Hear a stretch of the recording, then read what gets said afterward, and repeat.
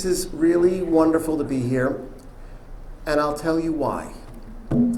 Because on the Transgendered Monopoly Board of Life, this is like free parking for me. I thank you. I thank you because this is a safe space for me, that I know that I'm surrounded by people who are generally accepting, and there's a difference between acceptance and affirming. I think most of you are probably affirming. There's a difference. Acceptance is that I accept the fact that some third world countries do not treat women the way they should, but that doesn't mean that I affirm it or approve of it. So anyway, for me and my wife, when we walk out of here today, I think everything will be fine. But when I walk out that door, away from all of you wonderful people, I just may run into the Duck Dynasty. And you just never know, and because the way I'm dressed, for some reason, that is license for some people to want to harm me in some ways. So I thank you, I truly do. This has been a wonderful group. I've been warmly welcomed by Bobby, who's been just wonderful, and her husband, Bud, who is a delightful man.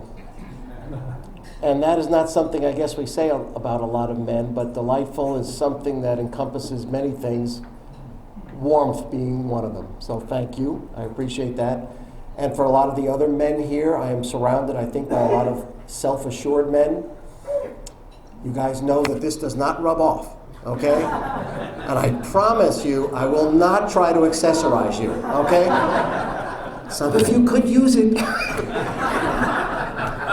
I promise I won't try and accessorize you. So, let me start off with my friend the Blue Frog. And you're probably wondering why my friend the Blue Frog is up there, and a lot of it has to do with not only diversity issues, but he is not photoshopped. He is real. We had him around our pond for about 2 days, and then the great blue heron, I think, ate him. But why is he blue? Well, what we found out is that frogs have blue and yellow nematodes in their chromosomes. Well, he never got the yellow ones, so he's blue. Well, to go on with that, it's like one of the things that they've studied with transgender people is, all of you know, I think, that the 6th or 7th week, we are all female when we are born, when we conceive. At some point in the 6th or 7th week, we get to change to male. There's a hormone bath that occurs. One of the studies indicates that perhaps I didn't get the full car wash, okay? But there's nature, there's nurture studies out there, and I haven't got the time. I am going to try to fit in about 6 hours of information in about an hour and a half, and I'm going to try and tell you all the people who are under the transgendered umbrella. We're going to talk about the difference between gender and sexuality issues. We're going to explode some stereotypes later on. I've got a couple other pictures up here after our little blue frog friend, and then hopefully we'll open it up to questions. So, why do I do what I do? Is it about the clothes? Is it about persona? Is it about sexuality? What is it all about? This is who I am. All of you, this is who you are. We all have something. Ladies and gentlemen, cisgendered people, other trans people that are in the room, people who identify otherwise, this is just who I am. I am probably about the most well-adjusted person I know. If I was any more well-adjusted, I'd die from boredom.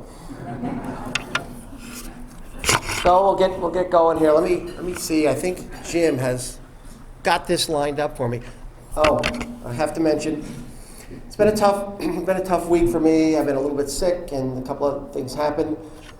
So a little cognitive dissonance. What may happen is that his voice may appear.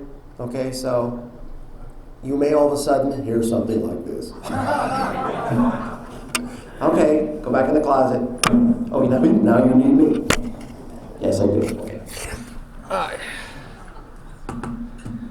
Wait a minute. That's not supposed. That's. Oh, well, I'll go ahead and do these now. Hold on. Might as well do it since they're here. Can I pause it? Same individual, two different persons. Those are all me. The lower right-hand corner, taken many years ago in one of my first law enforcement jobs. To the left there, in the great blue dress, was modeling at my first transgender convention. The upper left photo, volunteering for the United States Park Service out on Michigan Island, where I went for days without seeing a soul, and it was wonderful. And the picture on the right I just included. I gotta go down. I am not a technocrat, so. Okay, why did I include these? As you can see, transgenderism, all races and ethnicities. I cannot remember my friend's name there. That was taken in Chicago. For the African American folks, transgendered is difficult. It is a difficult concept. My friend on the left, Jennifer, in the summer you will find her as him doing rendezvous and mountain men, and he's an expert in antique firearms.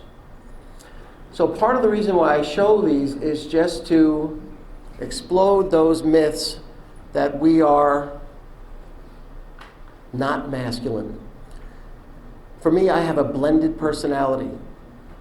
I once had a man come up to me and say, "What have you done to yourself?" In essence, what he said is, "Why have you lessened yourself?" I have not lessened myself in any way whatsoever. For me, it's like I have just broadened my own outlook on things. Gentlemen, it is a lot tougher to be a woman in this society, okay? It's just incredible things. I got to tell you something. I ran a little bit late this morning. I was about 10 minutes later. You know why? My wife and I had a discussion about whether or not I should button this one or not button it. That's what so 10 minutes we went back and forth. Do I button this or not button it? That's just about the button, much less all the accessorizing. For those women out there that have jobs where they have to do this every day, all you guys out there should do this at least once on Halloween to know what the women in your lives have to go through. Okay? It is not easy. Our society expects that professional women are going to look like this all the time, and it's a lot more expensive. Folks, this suit is not off the rack, okay? And it costs more. It's like for us, for guys, you go on in and it's like you don't have to spend that much. But for women, it's a lot. It's a lot of money. Okay. All right, let me move on. So yeah, that's my good friend. That's my famous rose on the piano picture, by the way.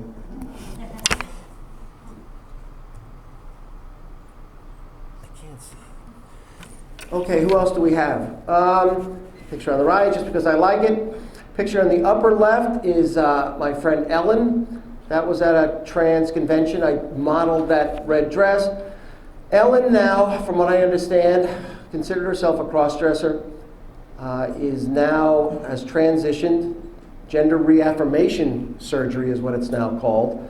Prior to that was in the military and was an explosives ordnance expert.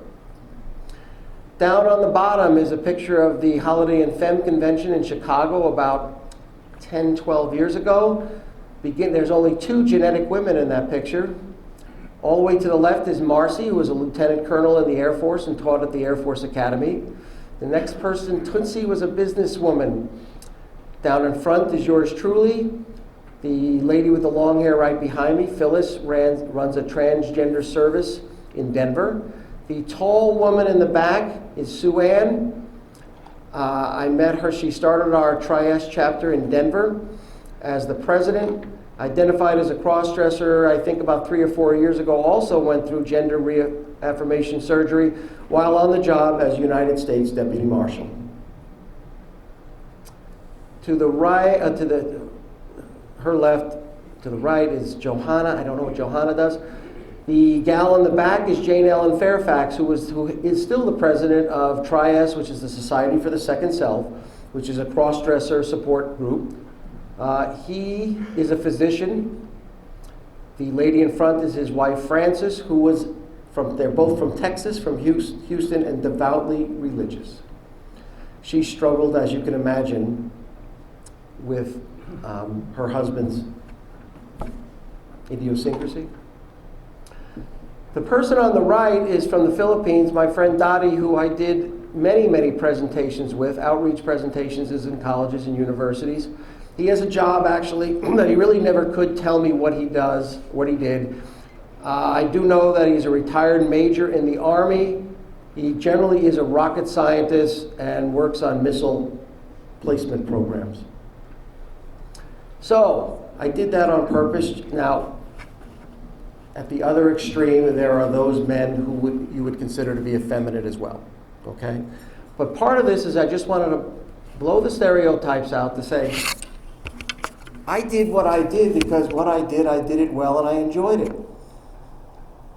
And there's the men who do what I do, for whatever reason, this is just a part of who we are. Now you'll read some studies out there that say, oh, this is not very common, it's like only 3 in every 1,000. Try at least 3 in every 100 people, not just men. 3 in every 100 probably have some indications of being transgender. And what is that about? It's like, who knows where it comes from? Why are you left-handed? Why is there albinoism? It's just it just happens. For me to be up here in this great black suit, to not be able to do this would be equivalent to giving a pianist a piano that doesn't play music. It would be equivalent to giving an artist a canvas and not giving him or her paint. So this is a form of expression. This is a part of who I am. And everyone here, I like who I am. And unfortunately, there's people out there that just don't want that. And we all know, being free thinkers, we have so many people out there who want to live in those tiny bubbles of conformity. And a lot of it is because they just don't know how to deal with people that are different from themselves. I was scared to death to step out my door 20 years ago. I didn't know that there were people like you out there.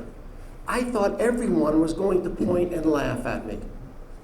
And I found that was not true. There are people out there that are dangerous. I met them in my profession. So, let me see if I got one more. Oh, no. Oh. Okay, that's another one of me. That was, I worked for the Larimer County Sheriff's Office in 1979. And I was such a baby then, I think I was 24 years old. Okay, now I gotta start the other one. Yeah, that's good. Okay, I'm gonna kind of use our old presentation that we did when we did presentations for colleges and universities. And that was geared more towards cross-dressing, and it's like, so take out the cross-dressing and I guess put in transgendered in there. I originally identified as a cross-dresser. And a cross-dresser is generally someone, and there are female cross-dressers as well, but mostly male. I came to realize about 4 or 5 years ago that this is actually a part of who I am, and we're going to get into transgendered graphs and charts here in just a bit, and I'll show you how that works. Cross-dressing goes back a long, long ways. In the Native American culture, it's known as being a two-spirited person. There are other cultures that embrace transgender people or cross-dressers as well without the cultural stigmatisms that our society seems to do about it. So what about transgendered? What is it? How is it related to these other letters? Gay, lesbian, bisexual, the greedy people, transgendered, intersex, queer, questioning, omnisexual, pansexual, polysexual, androgynous, and asexual. You've got gender terms in there, and you've got sexuality terms in there. And you know what? They all mix together. You don't have to be just one. You can be any of those things. And we'll get into that too.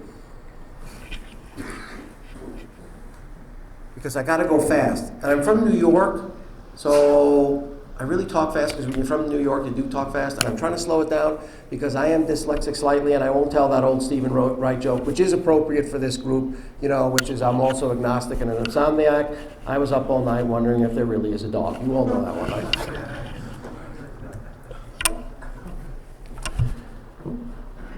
right? Just an aside, in cross-dresser is generally the term that's preferred now as opposed to transvestite because it's got such clinical terms to it, and generally now we look at somebody who's a transvestite as somebody who derives some degree of eroticism for the clothing as well, which I must admit is there. It was there for me in the beginning, not so much now. In England, by the way, Eddie Izzard is known as a transvestite because they flip it. So cross-dresser is their term that basically is not as much in use or is considered a bit of an insult. But here we prefer cross-dresser. Someone who wears things associated with the other biological sex. Okay, well, what does that mean? Think about that. How many of you ladies out there, cisgendered ladies, what I mean by cisgendered is those people who I specifically identify based on their biological sex. How many of you ladies out there consider yourself to be cross-dressed at the moment? How many of you got pants on? Okay, what's up with that? Why is it that our society allowed that to happen? Now, obviously, it's ease and comfort, but what happened there that was made that okay? Do y'all remember going back to All in the Family when Edith wore the first pantsuit back in 1972? Oh my God, Archie had a fit. So what happened that it's like it's okay for women to do that? Now look at something else that was very interesting in our society. 1980s had women in business wearing the power suit. Do you remember that? It was a great look, but it's like, you know why it was there? Basically to give women a little bit more credibility and assertiveness in their look so they could compete in a man's world.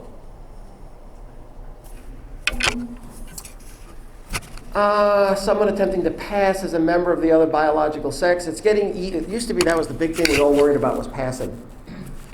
If I blend in, that's fine by me. I just like to blend. Where did cross-dressing come from? It's probably a combination of nature and nurture, but it's probably all mostly nature. I knew as soon as I was 5 years old that I was different. I was attracted to what the girls were wearing. And I acted on it sometimes, and then I went years without touching a thing. And then it would come back again. Some of the studies that they've done indicate that stress, particularly occupations that are stressful or something else that is bringing stress on into your life, somehow triggers it. Who knows whether that's associated? A lot of that kind of study has gone on with herpes, that all of a sudden you'll have a herpes outbreak because it's stress related. Not that the two are connected, but nevertheless, it's like stress apparently plays a role. For us, and the men in my community, it's seen as, perhaps, I could say it this way. This is like taking a mini vacation away from myself, if that makes sense. Some people don't know how to handle stress. This is a different way of handling stress. Nevertheless, it works. Okay, we all work with our stress in different ways. So, does a woman cross-dress when wearing clothes associated with men? Not necessarily in our society anymore, unless it's really specific, like a tuxedo or a suit or something else really specific. Women can generally just about wear anything that they want. Do the clothes make the cross-dresser? Not necessarily, because it's all about what the person thinks inside. What then distinguishes a cross-dresser from the fashion challenged?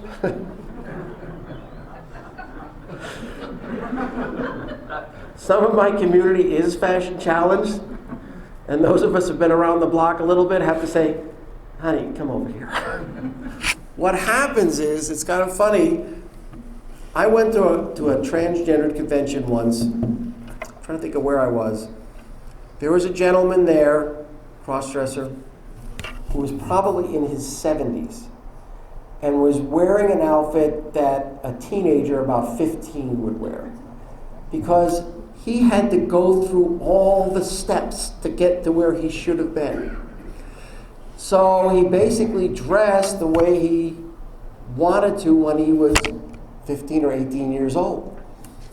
Obviously inappropriate. So those of us would take him aside. Who was this guy? I won't say specifically, but if I remember right, he was an attorney for one of the presidential foundations. Okay. Where did it come from? Lots of theories. Hypothalamus development. Apparently there's some indications that in those of us that are transgendered, there's a little bit of different brain development. There's aspects that we have some degree of the feminine brain. Hormone introduction, we talked about that. Maybe I didn't get the full car wash. Socialized, nurtured into it. That's certainly a possibility as well. In other words, the parents, for whatever reason, decided that they were going to dress their male child or female child. I keep on saying more male, but this goes both ways. I should also say that it's like I've been kind of talking more about cross-dressing, but really I want to talk more about the whole transgendered spectrum. Gina and I went to a conference, a Creating Change conference in Minneapolis about 3 years ago. There were a couple of other male to female transgendered person like myself there, but I looked around and I was surrounded by a lot of short men with beards. And it took me a while to get it that those were female to male, and they outnumbered us. So anyway, somebody has asked me what the percentage is of transgender people. Probably about 60% male and about 40% female to male. The thing is, you just hear more about us than you do because we make more news.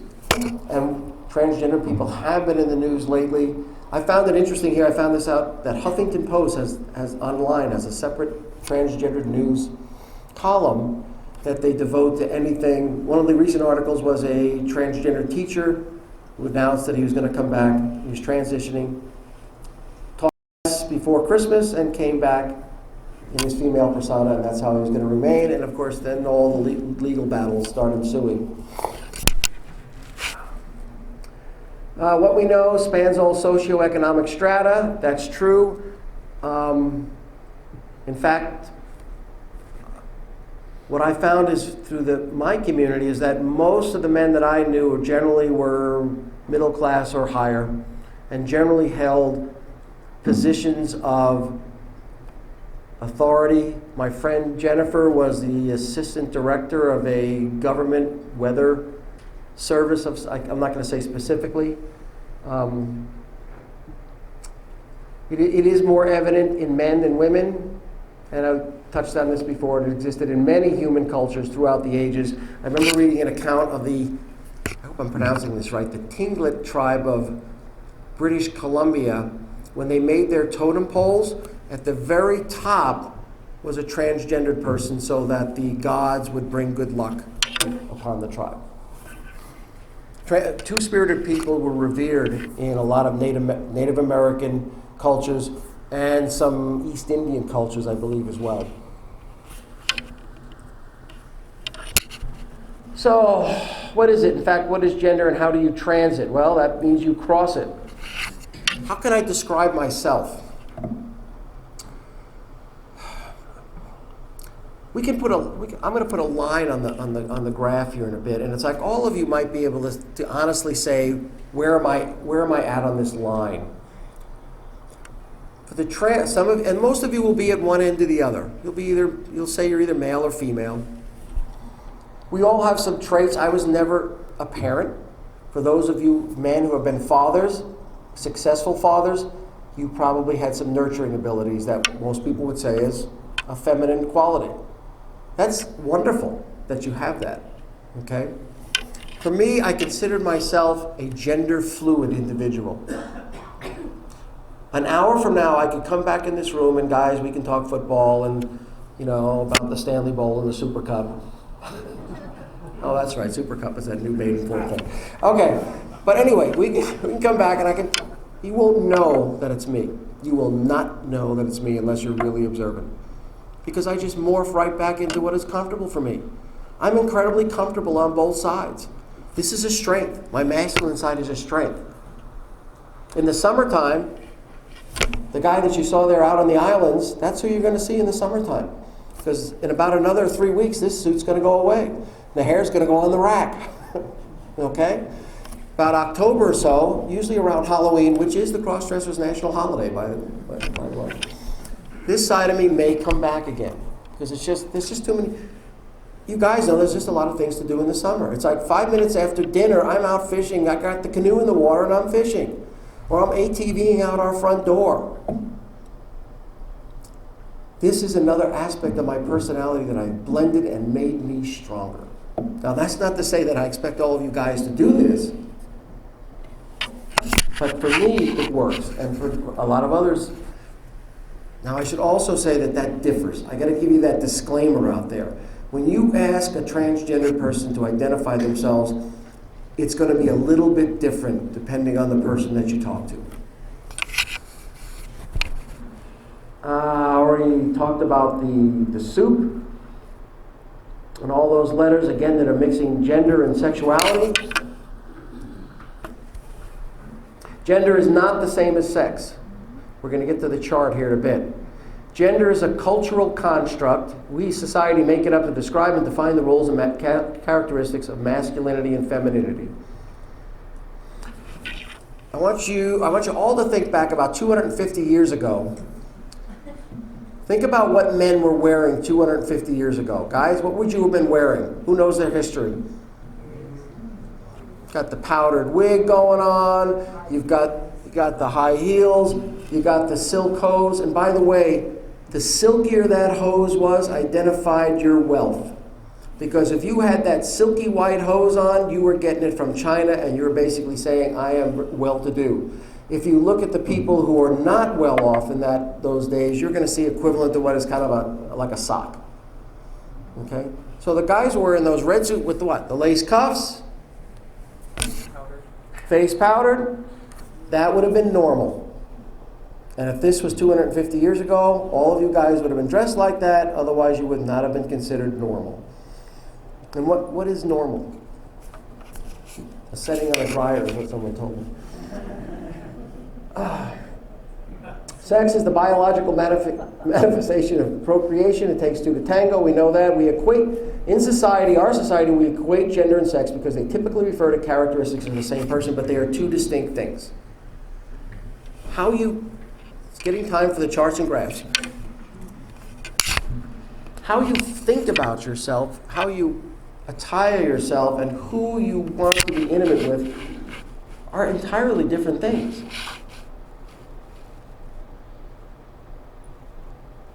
Okay, we get down into transsexualism. Transsexual is people who actually have made the move to go from one gender to the other. However, there are three distinctions of that. Pre-op transsexual, post-op transsexual, and non-op transsexual. What do those things mean? Generally, a transsexual is someone who, from the get-go, from the time they knew that they could think, they knew that they were in the wrong body. So at some point down the road, it's like they do want to make that switch, but it's extremely difficult because you've got familial considerations, you've got financial considerations, you've got medical considerations to think of. So there are some people that are considered non-op transsexuals for those reasons. They will never be able to do anything. That does not mean that they don't feel differently about themselves. So then it takes some practice to assume that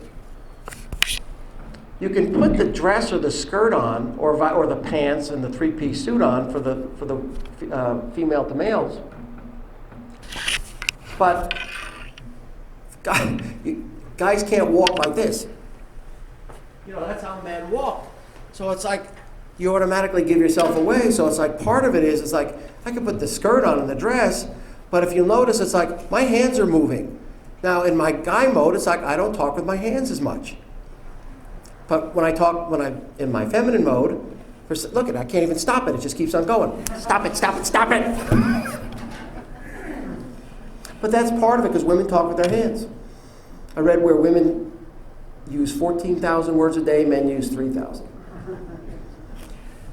We men know that we communicate vertically, chain of command, right, guys?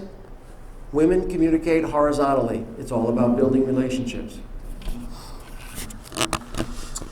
So it's for that person who has to change gender, whether it's temporary or permanent, you have to learn the roles, you have to learn the traits of other people as well. The walk, the talk is just as important. Okay, roles and characteristics of gender. I just talked a little bit about it. How we interact with other people, the tasks and job we perform. So we were so... I remember when I was a kid, it's like I couldn't have been a nurse. That just wasn't something you did. You couldn't have been a florist. You couldn't have been all these things. Women couldn't be engineers. They couldn't do this. They couldn't do that because we had to fit in these little boxes. Well, as a society, what have we done to ourselves? Here's this great gift that this person has been giving, whether or not they're an interior designer or whatever it is, and we're basically saying, no, you can't do that. Well, who suffers but us as society? We take this great gift that somebody's been given, but because it's not consistent with what we think that people should do, we say, no, you can't do that. That's nonsense.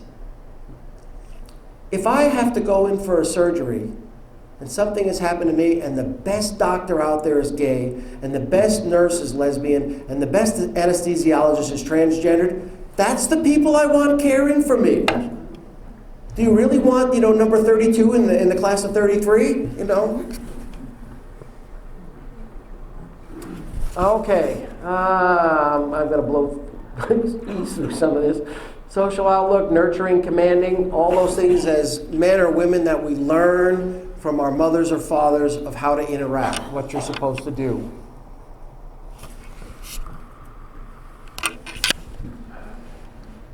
All those are different things. And on your table, I can only make a copy for one table, but there is a list of all of these kind of definitions out there of what they are. So I'm not going to spend a lot of time on it because I'm trying to speak more about gender issues. Transsexualism was known as the Harry Benjamin syndrome. As you all know, gay was taken out of the diagnostic manual. And they no longer consider me actually ill anymore. I supposedly suffer from gender dysphoria. I guess. I don't know. I don't feel like I suffer from anything, but I guess they got to give me a label. Okay. An intersex person is somebody that may or may not possess biological genitalia of either sex. So I'll let you all look at those. I want to get going because I don't want to run out of time.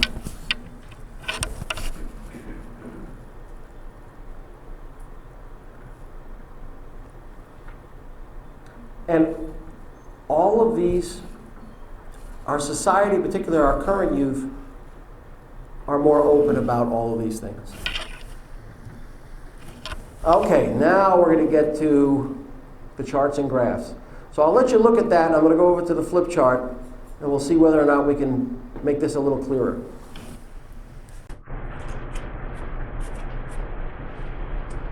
Okay. You all hear me? Now we're gonna make this understandable for everybody. This is a diamond, okay? For guys, think of baseball, okay? First base, second base, third base, home plate. For ladies, got the cut, got the clarity, got the color, and of course you got the carat, of which size does matter, but that's another presentation. You can refer to this now as male, female, man, woman, masculine, or feminine, over here at third base, or also our physical, mental, and emotional aspects of our person. Down here, our sexual orientation. All of these, when they come together, that's who you feel like you want to be intimate with. So, I'm going to draw you my own little chart. Poof, I'm conceived, off I go, I'm running to first base, I get to first base, out I pop, and as far as I know, I am biologically male. I've never been tested, everything is there that I know of, So we are going to leave that as a nice 90-degree angle. In other words, society says I'm normal. 1 in every 2,200 children are born intersex, meaning that they have either or none or some aspects of both sexes within their bodies. They made terrible mistakes years ago when they saw something and they said, we're going to fix this child. And they fixed them wrong. They fixed them wrong. Now, they are letting the child help decide when they get about 7 years old and they say, well, what do you feel about yourself? Rather than make the decision at birth, because they'll make terrible mistakes when they raise the child as a male and female and they felt that they were opposite. And then it was, here they are living in the wrong body. All right, we're going to rounding first, guys. Go into second. The mental part of myself. I have come to realize that this is a small part of who I am. And it's growing a little bit, every year it grows a little bit stronger. So let's take the edge off and we're just going to do this. We're going to round that off. Okay? Now we're going this way, rounding third. We get to the emotional aspects. In other words, how we represent ourselves, how we feel about ourselves. For ladies, the color of the diamond. Well, for this is where really I basically just blasted that right off. I'm just going to take a saw, just whack that off. So here's the big one. It's like, oh, everybody wonders. It's like, what is he going to do with this? So I'm going to get down here to home plate. I'm now taking all of these things, my physical attributes, how I feel, how I think about myself, how I attire myself, or how I express myself, and I'm coming down here to the person that I want to be intimate with. I'm going to take a file and go, like that. Put a little curve there. Why did I put that little curve there? 99.8%, it's like I consider myself heterosexual, attracted to women. I have never had any relationship with a man in my entire life. Now, why did I do that though? Because I'm a free thinker. Maybe there is maybe there is a male out there that I could be attracted to. I have a very happy marriage with my wife, but she knows that, she understands that. But I'm a free-thinking individual. Maybe there is somebody else. I mean, the best I can do is George Clooney.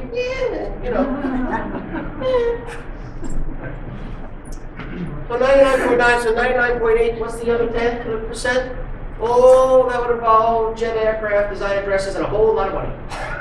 Okay, so I'm just open-minded. But nevertheless, this is who I am. You can draw for all of you. You can draw your own. If anybody wants to come up here, you can do it. Let's take the diamond again.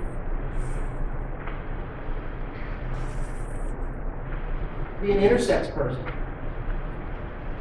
Take that out of there. Keep the entire everything else. That's someone who from the get-go said, I'm in the wrong body. They are transsexual. Now this little chart gets confusing though. So okay, if this is a man who always felt that he was a woman from when he was born, and if he always is attracted to women, does that not make him or her a lesbian? You see where it gets confusing? I haven't quite figured that one out yet myself. Over here, if we do it, take these. This would be a cross-dresser, someone who just dresses in women's clothes for the pure enjoyment of it. Okay? Does not have this like I do, where I feel this is a small part of who I am. Is there anybody here that anybody else who identifies as trans? You don't have to. I'm just curious. If you do and you want to speak about yourself, I give you the opportunity to do that. And if you want to pop up at some time, go ahead and do that. Everybody's diamond is different. Okay. What time do I have, Bobby? Another half an hour. It's about 10 to 11. Okay, so I'm clipping along pretty good. Okay, I can do some other things, but I'll So tell if you you what. want questions, then maybe another 15, 20 minutes. Okay. Yep. Let me go back to this then. I think then I've got really the gist of what I'm talking about. So our group, when we did things, it's like we would come in as a panel of people, and we usually would bring one of our wives along with us. And I'm going to tell you my little bit of a personal story here in a bit, and we would have people come up, and they would all tell students generally, this is colleges and universities, what our personal story was, how we came to know about ourselves. One of our group, just so you know, getting into diversity again, is Sheila, who is a little person, married to a little person, whose wife struggled with it.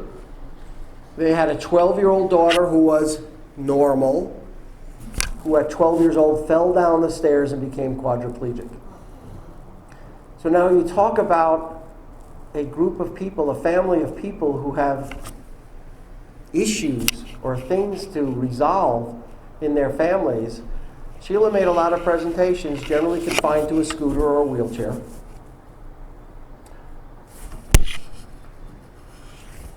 This is getting into this. What I'm working off of here is basically was for us. When we were training and teaching other panelists.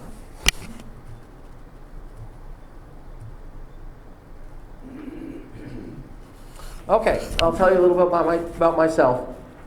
I grew up on Long Island, New York. Played Little League. Had a good family. Had a good parents.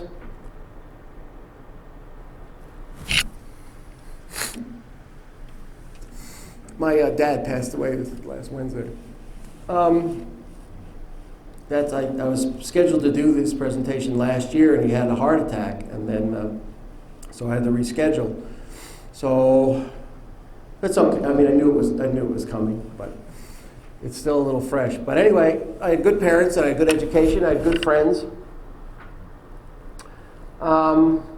We were kind of middle class, lower middle class. Dad worked for the electric company. Irish. Social background was in Levittown, New York, which actually was a racist community, by the way. When Levitt set that up, he set it up that no blacks were allowed to live there. When and how did you discover you were different? I knew when I was about 5 years old. And all of a sudden, I knew that I was attracted to my friends. The sisters across the way had the dresses, and I said, "Hey, can I borrow one of those?" What did you do about this newfound revelation? That's what I did. Did you tell anyone?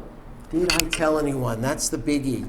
No, I didn't tell anyone. I hid those clothes up in the attic. I covered them up with the insulation. They were in a suitcase. I didn't want anybody to know because I was afraid of being terribly ostracized. I was afraid of losing my job. This was later on. No, I didn't tell anybody. And then something happened. Probably about 20 years ago, I felt like I could not contain this aspect of my being anymore. So I turned lemons into lemonade.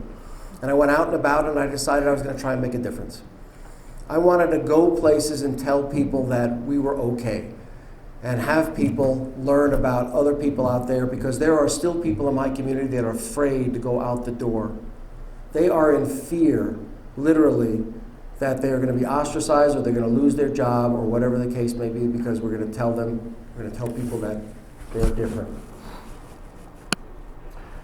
Did I tell anyone who and what happened? It's like I told my best friend, I think, and he says, I always knew there was something different about you, but he never could pinpoint it. And how did you feel about yourself? It's like after that hump was crossed, it's like I started feeling better and better when I realized that the vast majority of our society was accepting people like yourselves. Did I think it was wrong? Well, I did think it was wrong to begin with, because society said that I was not supposed to do this. Society says that if I am born a male, I have male parts, I am supposed to think like a man, I'm supposed to dress like a man, and I'm supposed to be attracted to women. as you can see by my little diamond there, it's like, that's not me. And a lot of us don't have 90-degree angles. Many of you do, and that's okay. You're all right too. Maybe a little boring, but that's okay. So that I think it was wrong, and then I came to realize, no, it was not wrong. We are who we are. Just like my little blue frog friend, he does not know he's different, okay? I never saw if the other frogs treated him differently, but... How did it involve in your life? Stress would bring on my cross-dressing, but it became that it was part of who I am. My first wife struggled with it immensely. She had a nephew who was trans as well. She tried, we separated. It was not the major thing in our life that we separated, but it was there. It was just not a good mix, but she tried. Did your feelings about yourself change as you matured? Yes, I discussed that. Again, it's not just about the clothing. I don't feel at this point that I'm cross-dressed because I'm dressing consistent with who I am right now.